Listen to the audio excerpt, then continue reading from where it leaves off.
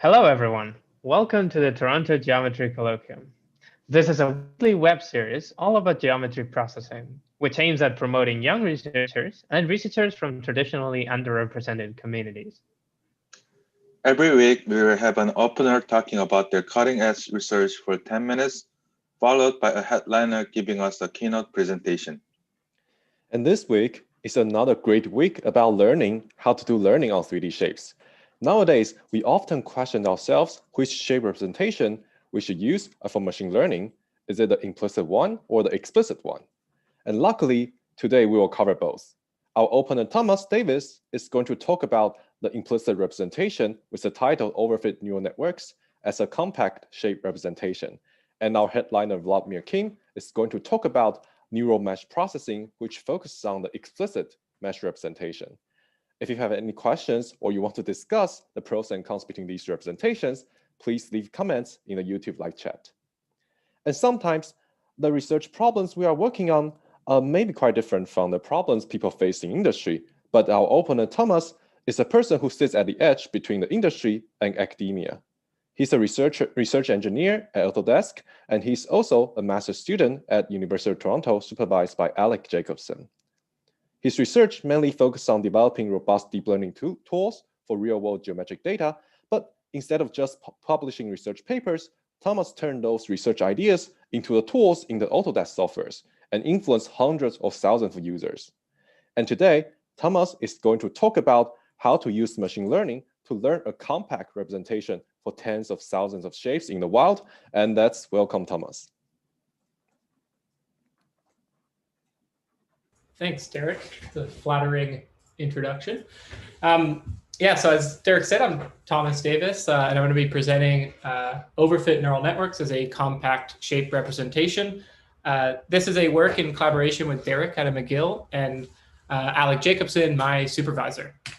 So first, let me move some Zoom things. So first, a bit of context.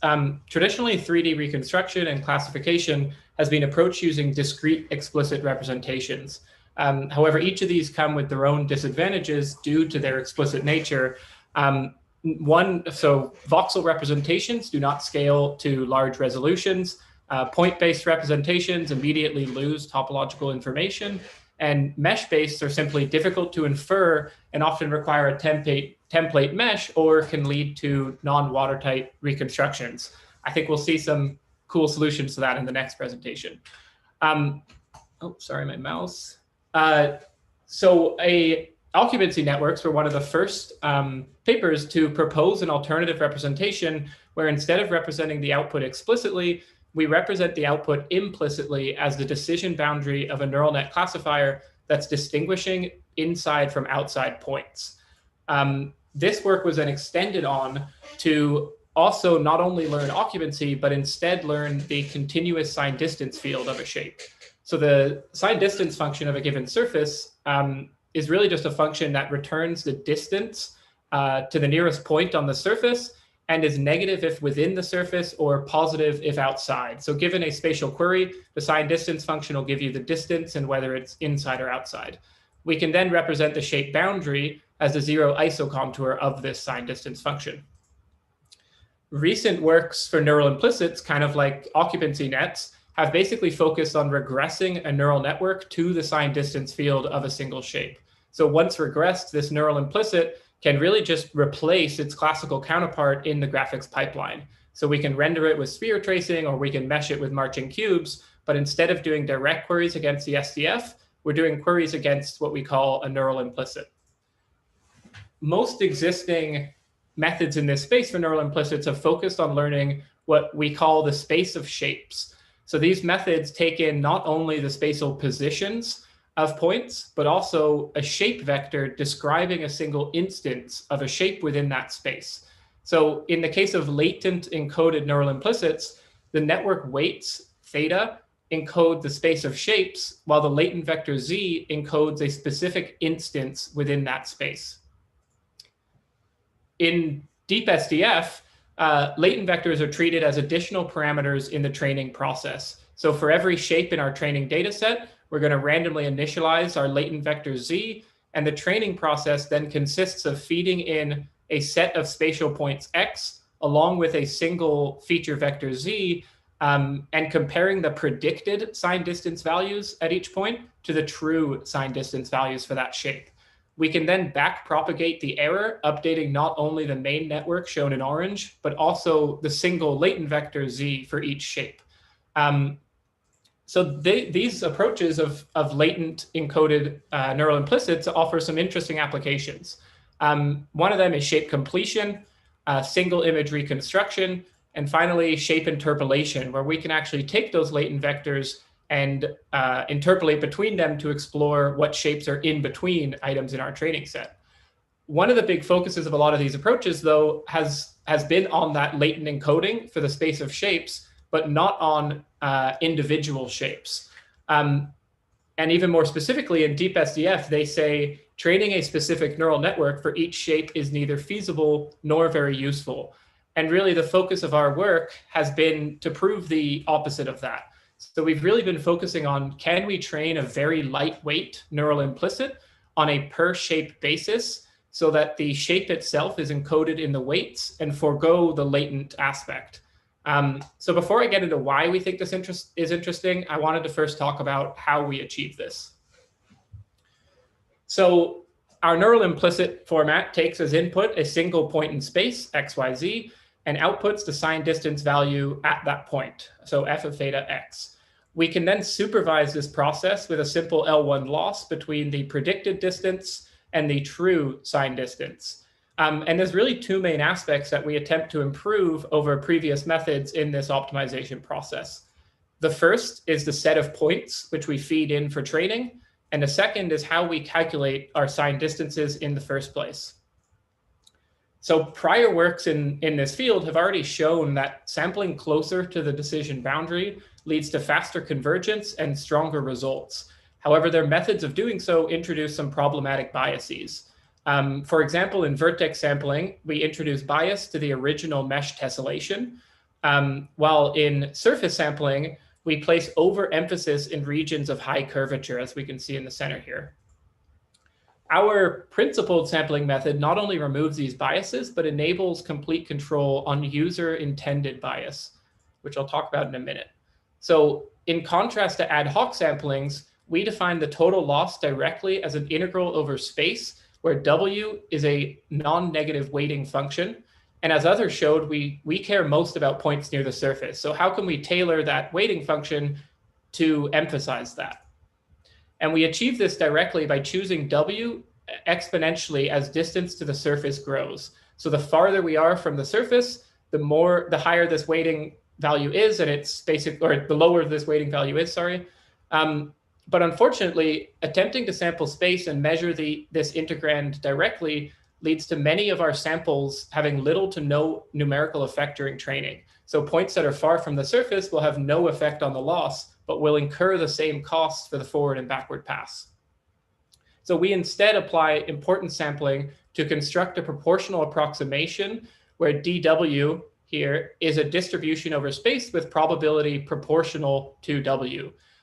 In practice, dW is constructed via simple subset rejection. And what we find with this is faster convergence speeds and higher reconstruction accuracy when compared to vertex and surface sampling. Additionally, as an added bonus is that now that we have this weight function, we can perturb it however we want. So in this case, it could be user-defined regions. So these points selected, we want to emphasize sampling within this region, leading to better results in that area. The second point that we improve on is how we actually sign distances. In DeepSDF, they sign distances using a visual hole method, and this method works well to create a manifold input mesh, but cannot preserve internal structures, which results in a loss of information even before we start training. So instead, we work around this by using generalized winding number by Alec Jacobson to compute insideness. And this computes exact insideness for solid models and gracefully degrades to a fractional value for messy input shapes. So we can support non-manifold meshes with our approach. So by overfitting to a single shape, we find that we can use an exceptionally lightweight architecture and still achieve strong results. So when we look at DeepSDF, over here, in total, they have 1.8 million parameters, whereas our lightweight can get still good reconstruction accuracy with only 7,500 parameters. So our chosen architecture is just 8 layers with 32 neurons. So why did we do this? Why do we think this is interesting or important to explore, despite really already being an idea? Why we decided to look at that is some of the limitations that latent encoded neural implicits already show. So one of them is that latent vectors encode the global shape very well, but struggle to encode unique features specific to each shape, as we can see here. Additionally, relying on a space of shapes and learning that prior assumes that not only do you have a data set of some common class, but that data set is in some common orientation. So here we show that DeepSDF, when trained on ShapeNet, produces poor results when we input a mesh perturbed by different angles along the z-axis, while as ours is consistent across all orientations. In general, what we're trying to say is that weight-encoded neural implicits really meet the criteria as a first-class representation of 3D shapes. And we think that they're ready for use in graphics and geometry processing pipelines, as we show. While common solid shape representations have some important features and miss others, neural implicits provide a new and rich constellation of features. So while others have used it as an intermediary representation, we consider it as a primary geometric representation. So to support this, we find that our default representation can be rendered at 34 frames per second compared to 1 Hertz for DeepSDF. And additionally, as we're simply a signed distance field, we inherit all the benefits for trivial CSG operations and smooth blending. When compared to uniform SDF grid, we show far better surface quality, as shown here, and also when compared to decimated meshes. And additionally, when we convert the entirety of the Thingy 10K dataset to our neural implicit format, we reduce the dataset from 39 gigabytes to just 590 megabytes in 16 hours. Comparatively, if we were to use the base NERF model, this would take over 27 years, resulting in an increased dataset size of 50 gigabytes. And finally, as all of our shapes are encoded into a common representation, all of our shapes consist of just 59 kilobytes in memory and can be evaluated in parallel due to its SIMD properties. And this is the simple code to load a model and infer the signed distance field, which you could then use for any graphics pipeline. Thanks for listening. If you want to learn more, our paper is public on arXiv. Our code is public here. And feel free to email me or any of the co-authors with questions. Thank you. Thank you, Thomas, for this great talk on neural implicit. And as usual, we will proceed to the talks of our headliner, and we'll have a joint Q&A at the end. So our headliner, Vladimir Kim, is a senior research scientist at Adobe Research. And personally, it is my great honor to introduce Vova, who was my mentor during my internship at Adobe. And as a mentor, I cannot think of a single word to express how great he is, but basically, we could discuss research ideas many hours a day, and Vova will share the vision of the future 3D modeling with me, and he also gave me a lot of great career advice. And as a researcher, Vova is one of the most influential people in 3D geometric learning. Even before deep learning gets popular, Vova already started to do shape analysis on a collection of 3D shapes, and right now, he's a core researcher in geometric learning whose publications spread throughout the graphics, vision, and machine learning conferences. And you can also find a lot of great tutorials he gave at SIGGRAPH, Eurographics, or CVPR, for example. So without taking too much of his time, please join me to welcome Vova to teach us about neural mesh processing. Thank you, Derek. It is my honor to be here. So let me first describe what I mean by neural mesh processing. I think basically the motivation for this work is to be able to use existing machine learning techniques to generate high quality data. And by high quality data, I mean the kind that you see on the screen, the kind that you use by, say, using public repositories or in rendering pipelines, which is still quite different from what state-of-the-art machine learning techniques can achieve. So most of this data is going to be surface-based models, and I think this will be the focus of my talk with very little exceptions. And the applications that we are trying to target, at least for the purpose of this talk, is things like given some incomplete and partial data as image or point cloud, reconstruct the surface, or learn some kind of latent space of shapes where you can sample new shapes by sampling codes. And this is an example of interpolation at the bottom, where you have two example shapes, and then you can sample between them to create new shapes that are kind of combinations or hybrids of the two. I would argue that the key challenge for all of these techniques is to figure out how to use machine learning with geometry, and representation is really the main problem here. So people looked at different representations, such as modeling shape as a collection of images, as points and voxels, and I will get to the implicit functions, which is a bit new.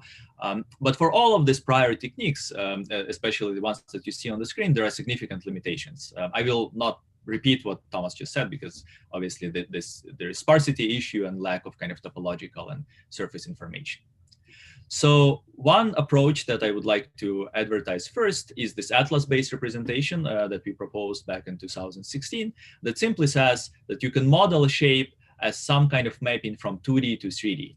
And this is like a well-known technique, and most commonly used to model the surface of the Earth, where people would flatten it out, show it as a 2D chart, but then in your head you can actually warp it around and map it to the sphere that Earth is. So now what we would like to do is to condition this mapping on some shape descriptor, and let's suppose that we have a latent space of shapes, and this code Z is the code that describes what kind of shape are you actually trying to reconstruct. So if Z corresponds for the Earth, then we'll create an Earth. If it's something else, then we'd still take this 2D chart and warp it in some way to create a 3D model. So one approach of doing it is the AtlasNet technique that we proposed, where you start with some kind of input. And in this case, it's going to be a simple autoencoder. So we start with input, and then we'll try to create the input back. We encode it with a simple geometry encoder that kind of is commonly used as PointNet. And in case you don't know, it's just a connection of these MLP layers that map each point to a very high dimensional feature space, and then use some kind of pooling operation to aggregate it into a single feature. And that's how we get this code Z. That's a 1,000-dimensional feature vector that describes what kind of shape we saw at the input. And then what we proposed in that work is this decoder that is essentially the Atlas-based decoder. So it learns how to warp a 2D domain into a 3D shape. So it takes any point in 2D as additional input in addition to this latent code, then maps it through this multi-layered perceptrons through a neural network, and decodes a 3-dimensional coordinate for that point. If we stack many points in a batch, we can reconstruct a warped domain, essentially. So we take this 2D domain and we warp it somehow in 3D. And if we create multiple such domains, we can actually recreate pretty complex surfaces the same way when people who work on parameterizations kind of use multiple little charts to model complex, topologically complex shapes. So in this case, you can see that we reconstructed a shape that's actually very similar to the input, but it is a mesh in the sense that if we have some kind of known topology of a 2D domain, say a regular grid, we can map it to 3D and recreate a piecewise planar approximation to our surface. So the way we train it is with a simple chamfer distance that just says the output has to be similar to the input, and vice versa, just looking at the closest points. And these are the type of latent spaces that we can learn from this. So you can see that we just sample a few shapes that we auto-encoded, and then we interpolate between them. And the nice thing that we were kind of surprised to see is that correspondences are being maintained, and relationships between these shapes is actually are being maintained as we traverse the space. And the reason is that it's easier for the neural network to use similar charts and similar regions in the UV space to actually represent similar surfaces in the 3D. So this is something that the network learned on its own without any additional supervision, just because that was kind of the easiest thing for it to do.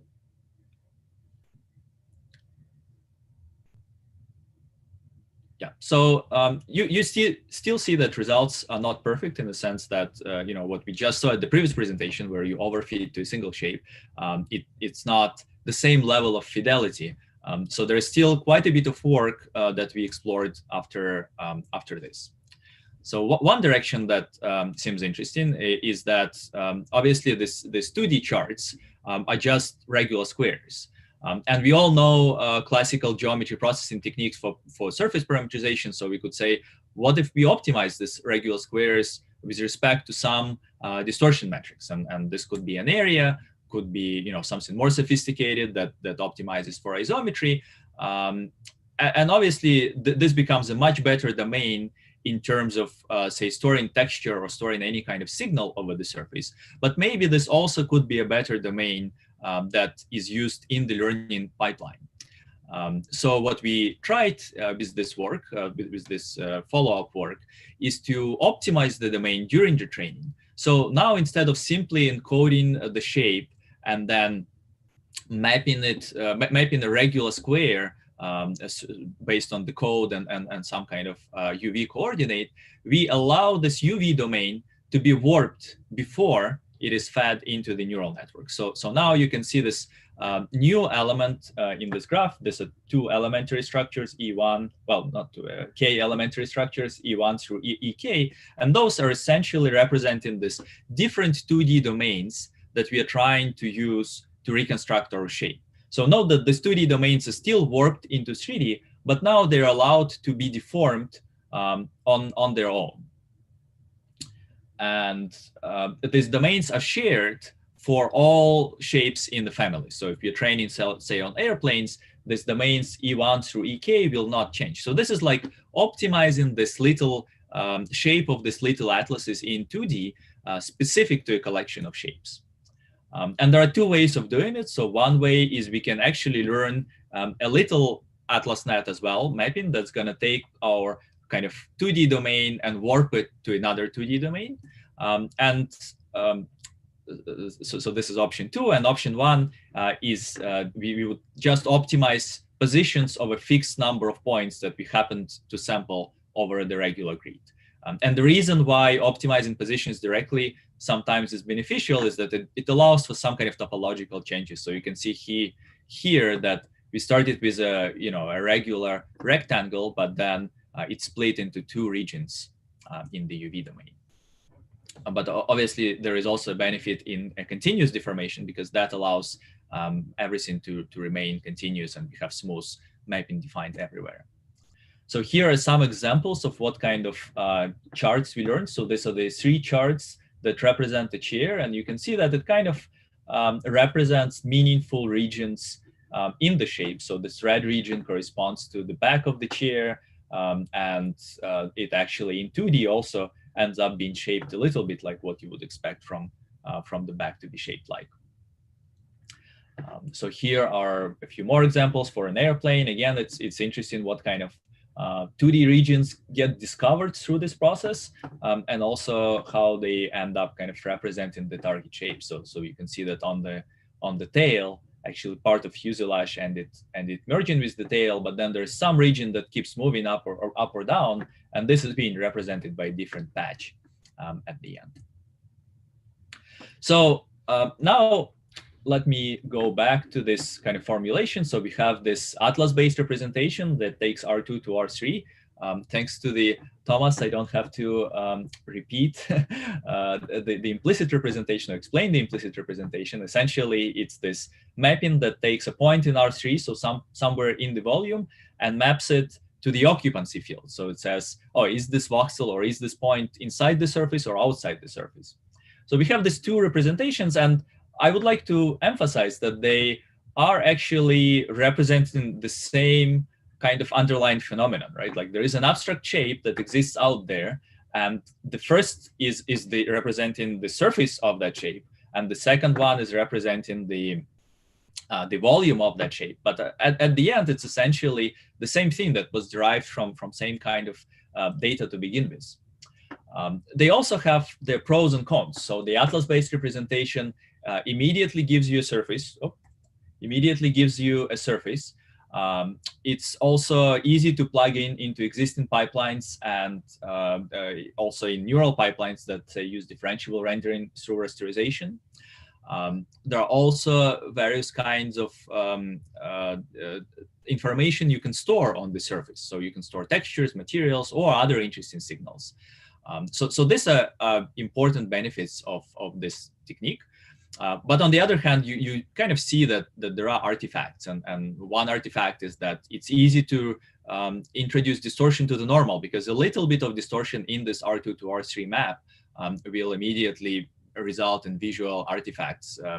Similarly, when you have multiple boundaries, you have this between multiple patches, you have these boundaries that also look like seams at the end. Implicit representation, on the other hand, doesn't have these boundary artifacts and tends to produce smoother shapes. But there are complexities related to how you reconstruct the actual surface at the end. And also, I would like to kind of emphasize that, like, we are often dealing with aligned data sets.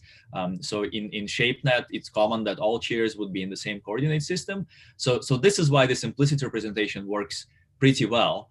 Once you start introducing more complex transformations, like rotations, for instance, or once the data becomes less aligned, moving a patch is much easier for the network than learning that implicit field has to translate by or rotate by particular transformation. So aligning volumes is actually harder and often results in these islands or these discontinuities when you say interpolate in the latent space.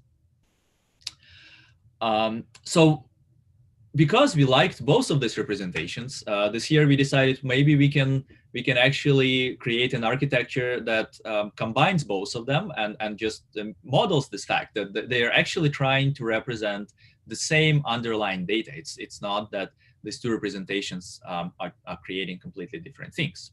So we have this two different decoders, FZ and GZ, that operate with the same the latent code that corresponds to the same shape, but obviously decode very different functions. One is the atlas mapping from 2D to 3D. Another one is the implicit mapping from 3D to the occupancy value.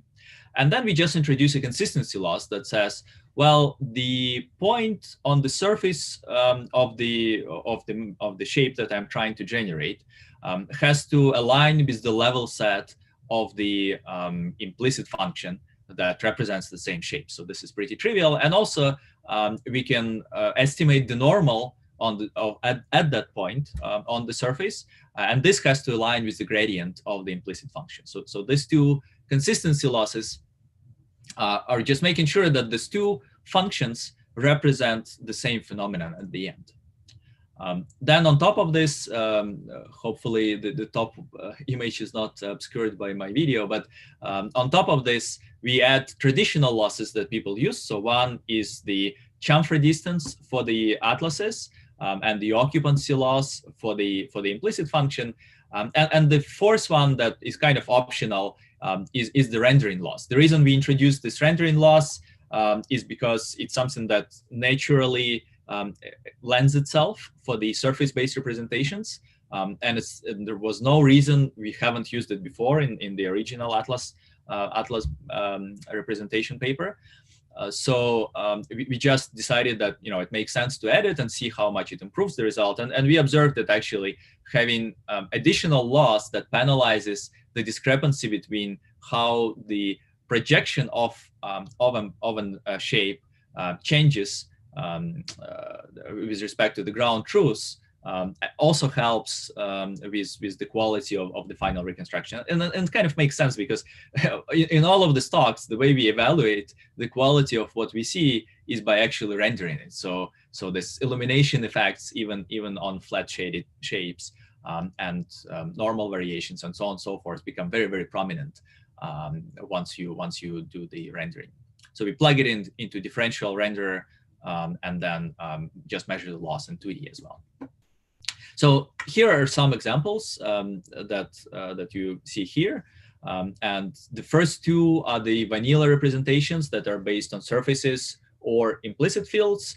And then in our hybrid representation, you can either reconstruct the surface through the directly through the AtlasNet, so directly visualize this R2 to R3 map, or you can run margin cube with some more expensive algorithm and reconstruct it through the implicit field. So depending on what kind of quality you want and what kind of output you want, you can do either of these two reconstructions.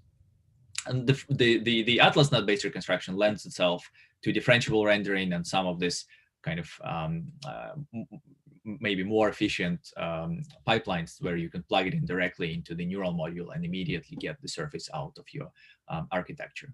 So I would like to point out that basically by training these things together, we can have losses that kind of propagate to incompatible representations. So it's hard to train something like occupancy net with chamfer distance. So that's why occupancy net tends to ignore very little regions, such as an armrest on this chair, for instance. And this region doesn't have enough volume for occupancy net to care about it.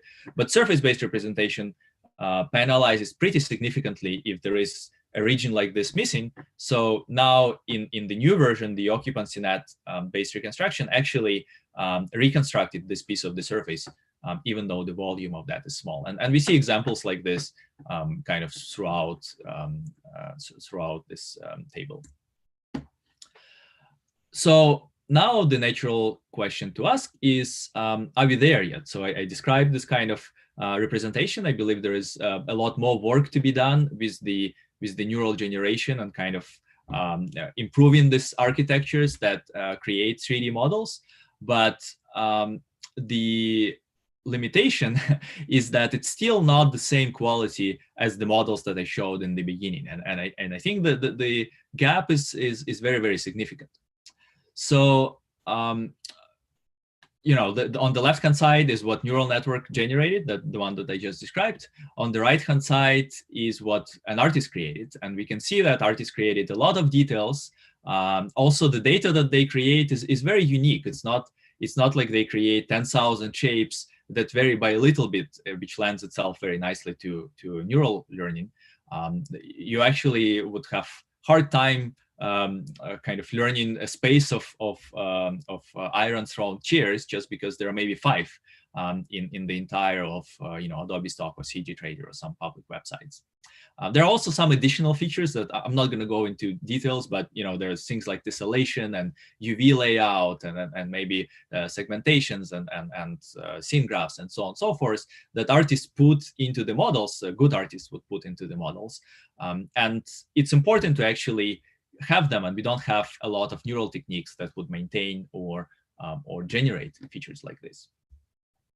So this goes more into this actual mesh processing space where we are not trying to generate the space, but maybe we can have neural techniques that can help us process the shapes and kind of generate new content by varying what we already have. And one example of this is deformation, right? Like obviously you can start with the source of this iron thrown, and now you want to kind of figure out what would be other iron thrown like chairs that would make sense as chairs. And you can't perturb completely randomly because you might destroy salient features. For example, a seat of a chair might get destroyed and you wouldn't be able to sit on it. So that's why we propose this kind of neural module that would look at the target, look at the source, and kind of decide how to warp the source to the target and create different variations of the source shape. So the simplest version of this would be just to kind of create this new neural network that would take latent codes for the source, latent code for the target, and then in a similar fashion as AtlasNet and so on and so forth, learn this deformation field that warps R3 to R3. So it warps the entire volume in some way. So here's an example of this where we tried to do exactly that. So we have this architecture that takes source and target. It's encoded through 2 different encoders into features, and then it predicts some kind of weights that will then help us estimate the transformation. So these weights are then used in this kind of stacked manner where we start with XYZ coordinate, and then we have these modules that have weights predicted by the previous network, and output a deformed version of the shape. So each coordinate gets deformed, and then if we deform all of them, this is kind of the new shape that we get. We further improved it with some cycle consistency losses that say that if you pick a triplet of shapes and you deform A to B and B to C, it should be consistent with going through a different triplet. Sorry, and then C to A, it would be consistent with going through a pair or a different triplet. So with this, we trained this network, and now we have this architecture that can deform sources to targets, and this is the kind of results that we observe, right? So essentially, we directly learn in this deformation field that maps R3 to R3, conditioned on two latent codes, and you can see that results are actually not so great, right? So there is kind of a significant distortion that's been introduced, and a lot of kind of salient features get destroyed. So the seed gets warped in some very unnatural manner, and the legs and so on and so forth. And one hypothesis here is that maybe we have too many degrees of freedom. Like the network doesn't really know too much about what kind of features need to be preserved, and also it can warp any point, move any point anywhere. So what happens at the end is that it's too aggressive in trying to reconstruct the target. We try to fight it with different energy losses and kind of regularizations that try to preserve the source shape. But because all source shapes are unique, it's also difficult for the network to know which regions exactly have to be preserved. So the way we address it with our follow-up work at CVPR this year is to build on the knowledge that we already had in geometry processing, and this is how do we do deformations to preserve important salient regions. So the technique that we borrowed from the classical geometry processing is this cage-based deformation, where the idea is that you learn to predict some kind of scaffolding structure around the shape and the deformation of the scaffolding structure. And then there is classical way of deforming the shape according to this scaffolding structure, that is the cage. So basically, instead of predicting the map directly, we have this intermediate parameters that are far fewer parameters than actually warping over the entire domain of the initial cage vertices and deformed cage vertices that kind of encapsulates the shape. So with these parameters, we use classical technique, and basically it just says if you have these two cages, the initial and the deformed one, for every point inside the cage, there is a well-known way of moving it in accordance to how the cage was warped. And the benefit of adding this element is that now we build on all this knowledge that people produced in geometry processing that says, here's how you would move the shape with the cage without destroying important features. And you can see on the right-hand side that the shape that we generated at the end has far less bending and warping and the type of artifacts that the previous method produced. So we implement this as a differentiable layer in the neural network. It doesn't have any learnable parameters. It's based on just classical kind of mean value coordinates and classical rigging that people have used. But we compute all the weights and the deformation analytically within the neural network so that the neural network kind of learns to identify how the cage parameters relate to the final output. And the advantages, as I said, is that this cage has fewer parameters, so it's easier for it to kind of maintain salient features of the shape. Also, it has fewer parameters to understand. It doesn't need to understand how to warp the entire domain. It just needs to have enough degrees of freedom to do this alignment between source and the target. And added benefit is that it's a mature technique, so we kind of know how it's going to behave even if cage makes, even if neural network makes some mistakes or makes some kind of local distortions, it's not something that's gonna propagate and create drastic effects on the final output. A natural question you might ask is why not directly optimize with respect to this cage? Why do you even need this kind of neural pipeline in the middle? And to me, the main reason is that neural network can implicitly understand correspondences and relationships between the shapes. So if you directly optimize, you wouldn't necessarily know that there is a seat of a chair and it has to align with the seat of a chair. The neural network is trained on a large collection of shapes. So by looking at all of them jointly, it starts also understanding parts and regions that it has to align to minimize the loss function more effectively. So it kind of gives you a better initial guess or a better initial correspondence than a traditional method like ICP would have given you. So in this, just to detail the architecture, again, we have this two encoders, and one encoder outputs the shape, and another one outputs offsets. Sorry, one outputs the cage, another one outputs offsets from this cage, and this way we get this two cages. Then we have this mean value coordinate layer that computes skinning weights, which we can then use jointly with the deformed cage to produce the final shape. In terms of loss functions, we use again some of the previous knowledge from geometry processing. The skinning weights technique typically have to be positive to avoid very strange behavior and large distortions. Also, similarly to previous work on just surface modeling with neural networks, we use point-to-point distance to make sure that output respects the target. And then there is also this notion of regularization that says that some features of the source have to be preserved with respect to the output. So here are more examples from that space. So we have this kind of a source chair and a bunch of targets chairs from the stock database, and you can see that that we create kind of plausible variations on the source that tries to mimic the proportions of the target, but we don't really destroy any of the features of the source.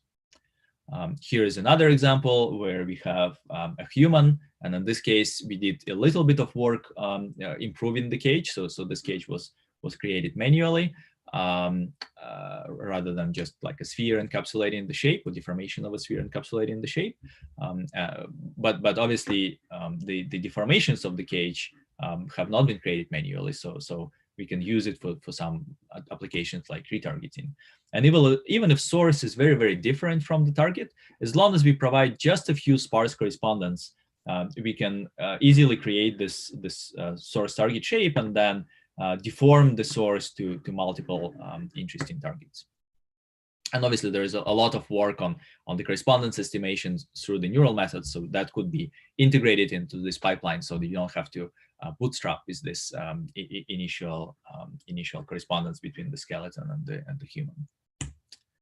Yeah, so here is another example where again the novel source is very, very different from the target, but the poses that were generated quite plausible, and again none of the local features get destroyed in the process. To evaluate this method, we look at this as kind of two axes that are relevant, and one is did we actually match the target? Obviously, you can always just produce the same shape as the source, and that won't be a good output. The second is did we destroy some important features of the source? So on these two axes, we have this each method as a dot, where y-axis is amount of distortion, the less the better, and x-axis is how well we match the target. So the closer to the origin you are, the better the method is. So you can see here this ICP method where you would directly optimize kind of cage parameters just using the closest points between the source and the target. You alternate between the deformation and the closest point estimation. And as I said before, this method doesn't really understand what kind of correspondences you're trying to produce. So it doesn't try to align correct regions like seats to seats and backs to backs when mapping between these two domains. There are other neural techniques that are even worse than this kind of vanilla baseline on both axes. I'm not gonna talk about our method that I described in the beginning that kind of directly tries to map to map R3 to R3 based on the two latent codes. Actually produces a pretty good match to the target. So you can see on x-axis it actually scores well. However, you can see that it also destroys important features. So armrest, for instance, got completely squashed in this case. It kind of makes sense. It matched the target better, but at the expense of actually warping some elements that should not have been warped to align to the target. So I think our method provides kind of a sweet spot in between where it doesn't destroy these important details, but maybe doesn't necessarily match the target as perfectly as the direct mapping technique. And this is expected because we use this regularization that I just described. So here are some limitations. Essentially, I think there is more analysis to be done on how would we deal with these man-made objects that have important parts. So what if you have symmetries? What if you have planar regions? And you know, even straight lines and things like that. And there is no guarantee that something that like neural cage would preserve it, but maybe there are some alternative skinning weights schema that could help us preserving these features or estimate these features over interesting domains. Okay, so again, coming back to the slide, are we there yet? And I think maybe we can take a shape and kind of deform it in interesting ways. But we're still far from understanding and creating the details and the smooth, nice features of the final surface. And I don't mean to say that, you know, the final section of my talk will kind of solve this problem completely. However, I think there are many advances that are being made in that space, and this is something that is an important next step for these techniques to understand, is how do you decompose and kind of separate the global shape understanding from some more local surface modeling. So the work that I'm gonna talk about is stemming from this internship that Derek just talked about when he introduced me, and it was great working with Derek. All the credit to the success of this should go to him. Basically, the goal that we outlined for this project is to look at how can we take a coarse mesh and kind of create a finer version of this mesh using some intelligence of the neural network. And for those people who are listening who are experts in geometry processing, they would certainly know that like another way to call it is subdivision surfaces, where artists would create this kind of coarse shapes and then apply subdivision to create finer levels of the shape. Unlike traditional subdivision, we actually have a training example. So in this case, you can see that there is this Centauri model that's used as a training, and it provides kind of an example of what the surface should look like at the end. And obviously, our coarse model doesn't look quite as detailed as the Centauri over there. So here are some examples of how people have done it in the past. They would take an input shape and then create new triangles, subdividing each triangle into some number of smaller triangles, and then predict vertices as they create the smaller triangles to refine the shape. So if you don't adjust vertex positions at all, you essentially end up with the same geometry, and this is what you see at the left bottom corner. And then there are different weighting schema to say this is how we're gonna predict positions for the vertices that we just inserted, or the vertices that were there during the subdivision process. And you can see that these techniques kind of have different attributes to them depending on how you compute these weights, because the weights are the same everywhere on the surface. You might end up over smoothing the details or actually creating new details or highlighting features that were artifacts to begin with. So it either kind of destroys all interesting sharp features or adds sharp features that don't look as good. And obviously, it's a challenging problem because if you don't look at your surface in advance, it's very hard to tell which features are actually relevant and which ones are artifacts. So in the past, people looked a lot at human annotation to resolve this kind of ambiguities. And here we propose to use a neural network that can actually learn how to do this subdivision in an adaptive manner, where it looks at the surface and based on this tries to do something different in each local region. So here is an example that's produced by our network. You can see that it's much sharper and kind of doesn't introduce the artifacts at random places. And one thing that's worth pointing out, it's trained on just one example of this bunny that is actually very different from the shape that we have. So it generalizes pretty well because it is extremely local in how it does the analysis. So the way we approach this problem is through this kind of two-stage process. One stage, we are given this high-resolution shape, and then we are trying to create the training data from this high-resolution shape. Naturally, we just subdivide or decimate the shape so it becomes coarse, and then we can take this coarse version and then subdivide it again to create a shape that has different topology. And through this process, we can maintain bijective mapping between these two domains. And then we can look back and say, whatever I created at the end, does it match to my input? And if I use neural network in the process of subdivision, then I can actually train this neural network to respect this kind of reconstruction loss. So maintaining bijective mapping is a challenging problem. I'm not going to go too much into details of how we do it, and it's very much into the realm of kind of classical geometry processing. But in short, we want for every vertex on the output kind of map it to some point on the surface. It doesn't have to align to the vertex because the topology of the mesh has changed on the input. This mapping is trivial through the barycentric coordinates as you're doing subdivision, but it is less trivial as we are doing the decimation, and there we use parameterization to maintain this bijective mapping between shape before and after parameterization. So now we have this bijective mapping between the source and the output of the neural network, and we want to train a neural network that's going to be just focusing on the subdivision steps. So it takes this coarse shape as an input and updates and creates a new refined shape, subdivided shape as an output.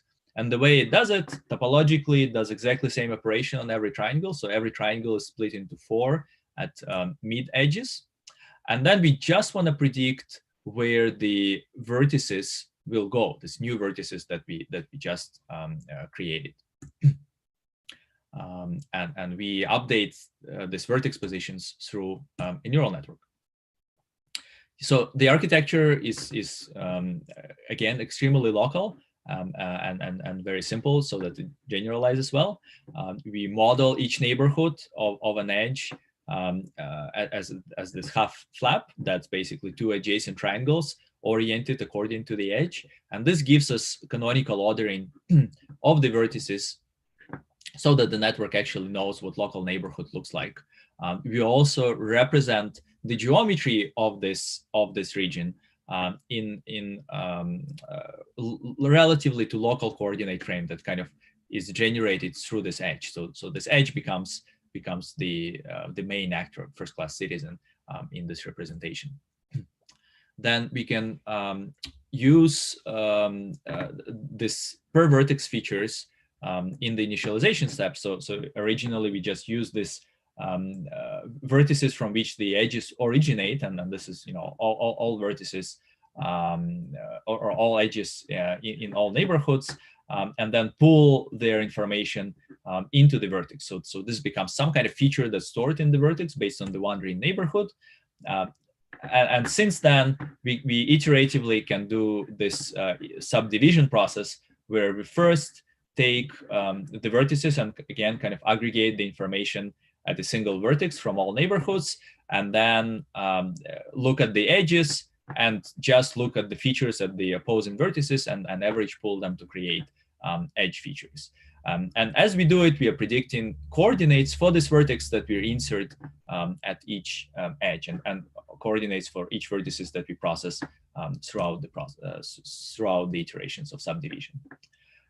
So here are some examples. It's trained again on a single bunny, and this is like an interesting statue that looks quite different geometrically, but because our operations are very local, essentially we just look at most at Turin neighborhoods as we were doing our analysis.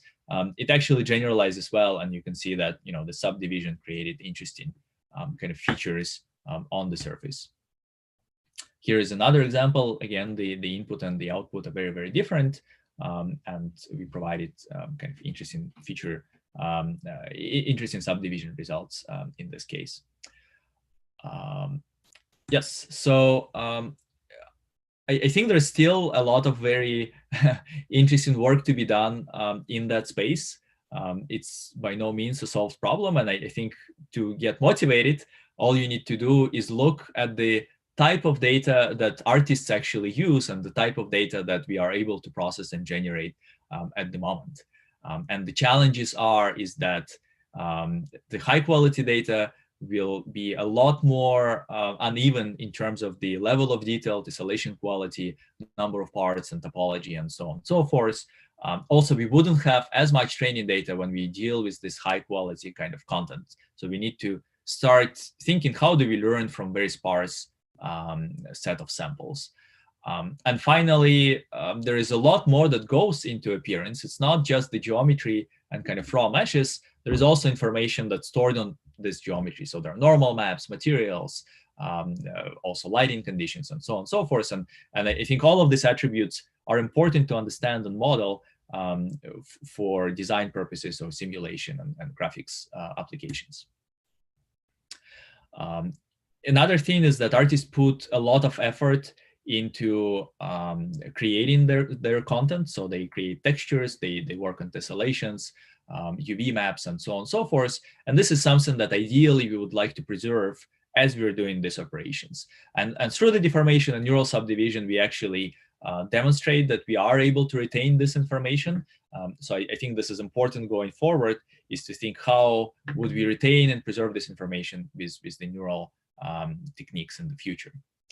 So I'd like to thank everyone at this point, and thank also Derek for this project, the neural subdivision, Thibault on the project on AtlasNet, or various projects on AtlasNet, and Yifan Wan for the neural deformations. And I'm ready to answer questions. Thank you, Thomas and Vova, for the great talks. And in the meantime, and please continue to post questions on the YouTube, and we'll try to go through them as many as possible. So first, is Thomas here? Yeah, okay. So first we have a question for Thomas. So does your method works for thin sheet, like a mesh of a cloth, like where you may have some gradient discontinuities? Yeah, so that's a good question. And that's actually kind of one of the benefits of us using the winding number, is that we can actually work for thin sheets as well. So we didn't show any applications of this in our paper, but it was something we were interested in, of trying to use this method to compress landscapes or those kind of structures, or cloth structures as well. Cool. And next, it's a fun question for Vova. So in your examples you show in the talk, there are many like chairs and airplanes and lamps. And just as a community, are we overfit our research to chairs, airplanes, and lamps? Yeah, I think this is definitely a valid question. We overfit our research to chairs. There is no doubt about that. The reason is that the stock data that we have is mostly chairs. Like, this is the class that's represented well. It has a lot of examples. So if you want to learn a space of shapes, I would say like chairs, cars, and airplanes are the three classes where we have enough examples, and other ones are a bit sparsely sampled. So part of it is we should look into expanding the data sets that we have.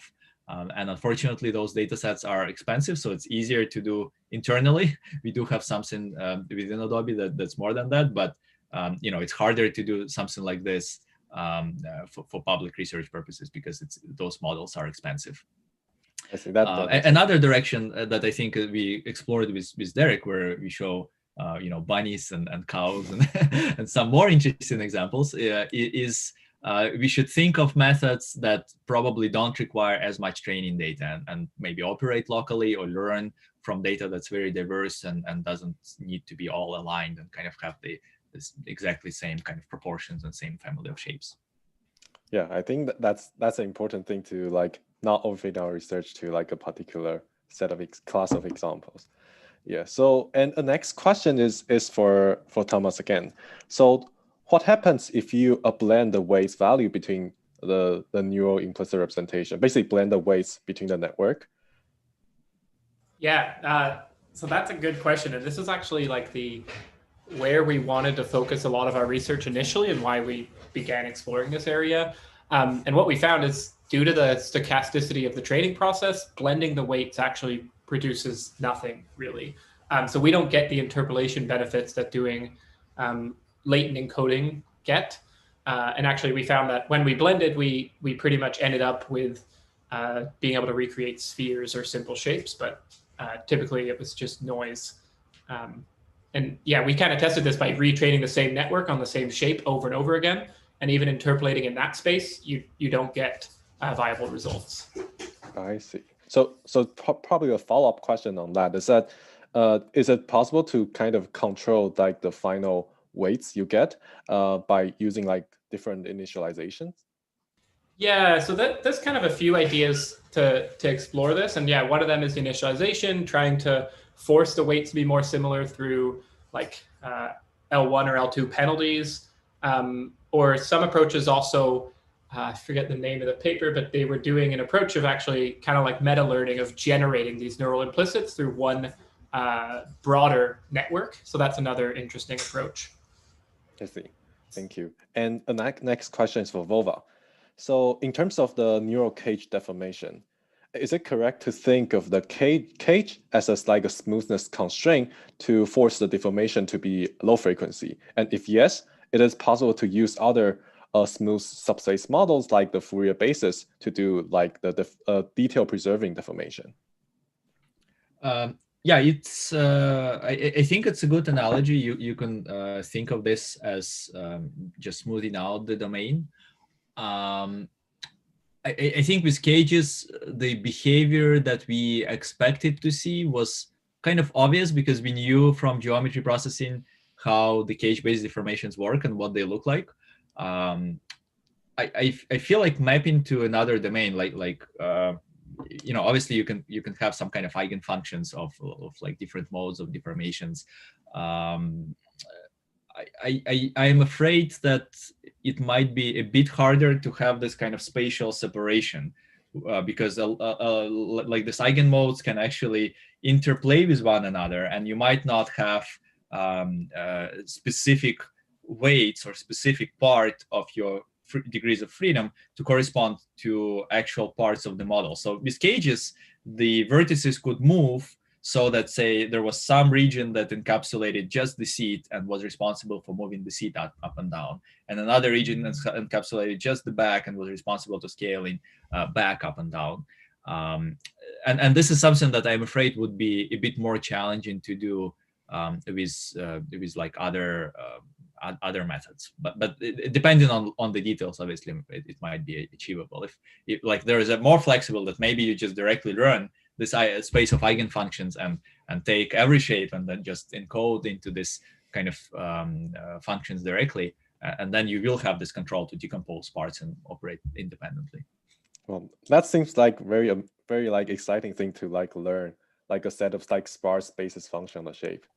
Yeah. Mm-hmm. And the next question is also for Vova. So it seems like for the AtlasNet, it will try to predict the correspondences that requires a minimum work to deform one shape to another. So so we wonder whether it has some relationship with the correspondences predicted by, for example, optimal transport. That's a good question. I expect that it's related, right? Like AtlasNet is a bit simpler in the sense that it's doing essentially closest points, right? Like it takes your chart and just maps it to 3D domains through random weights, and then looks at closest points and then kind of flows your chart closer and closer to the surface. The reason it ends up learning correspondences of some consistency is that it operates on many different shapes. So at the end, the network kind of somehow encodes how to do this flow as consistently as possible, how to do this mapping as consistently as possible. I think it might be related, but I don't think there is like an explicit relation to what a parallel transport would do. But there is also an interesting question: what if you trained AtlasNet instead of doing closest points, the chamfer distance? What if you use some kind of version of Earth mover's distance, or a better correspondence technique that took your embedding of the charts and then tried to estimate correspondence to the surface? And I believe that any improvement you make there will actually improve consistency and the quality of the surfaces that we create with something like AtlasNet. I see. That sounds very interesting. And okay, and the next question is for Thomas. So have you considered to add any regularization to the space of neural net weights so that encourage the same shape to be clustered together in a meaningful way? Yeah, and that's kind of analogous to what I was talking about before. And we did experiment with doing L1 and L2, and they did improve results, but we still found that we couldn't use that weight space of 7,000 floats and actually cluster them in any meaningful way, unfortunately. I see. Okay, and because we're a little bit over time, so let's end with another question for both of you. Is that in your own experiences, what are the major pros and cons between like working on the implicit and the explicit shape representations? Perhaps we can start with Thomas. Sorry, I was distracted. Can you repeat that? Yeah. So is there like in your experience, what are the pros and cons between working on the implicit or the explicit shape representation? Yeah, and this one is interesting. I find implicits are nice because you can work with them so directly. By working with an implicit field, you're just you're trying to replicate this continuous signal. So it's really generally trivial to train a network to do so. But I think like the work that Vova's doing with explicit representations is really where it needs to go. So the pros of actually doing an explicit representation are that it's the way that everyone already represents geometry with meshes. So without ignoring that, we do kind of have to start going down that path and come up with approaches that work in that space as well. I see. How about Vova?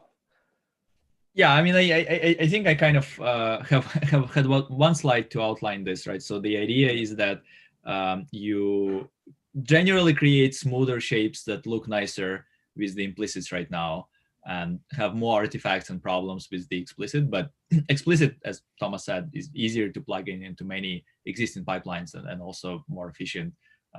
Also like slightly kind of orthogonal, just in terms of data pre-processing and the kind of data you have to generate with implicits, it's a bit more of a pain unless you have access to this nice tools such as winding number computation and so on and so forth.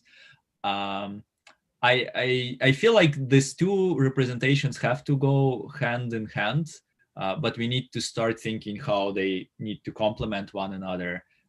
And how, like, what kind of things do they need to represent? So maybe representing the entire shape with the like the coarse level structure of the shape with the implicit is a bit of an overkill because it's very hard to move independent parts, very hard to like reason about transformations.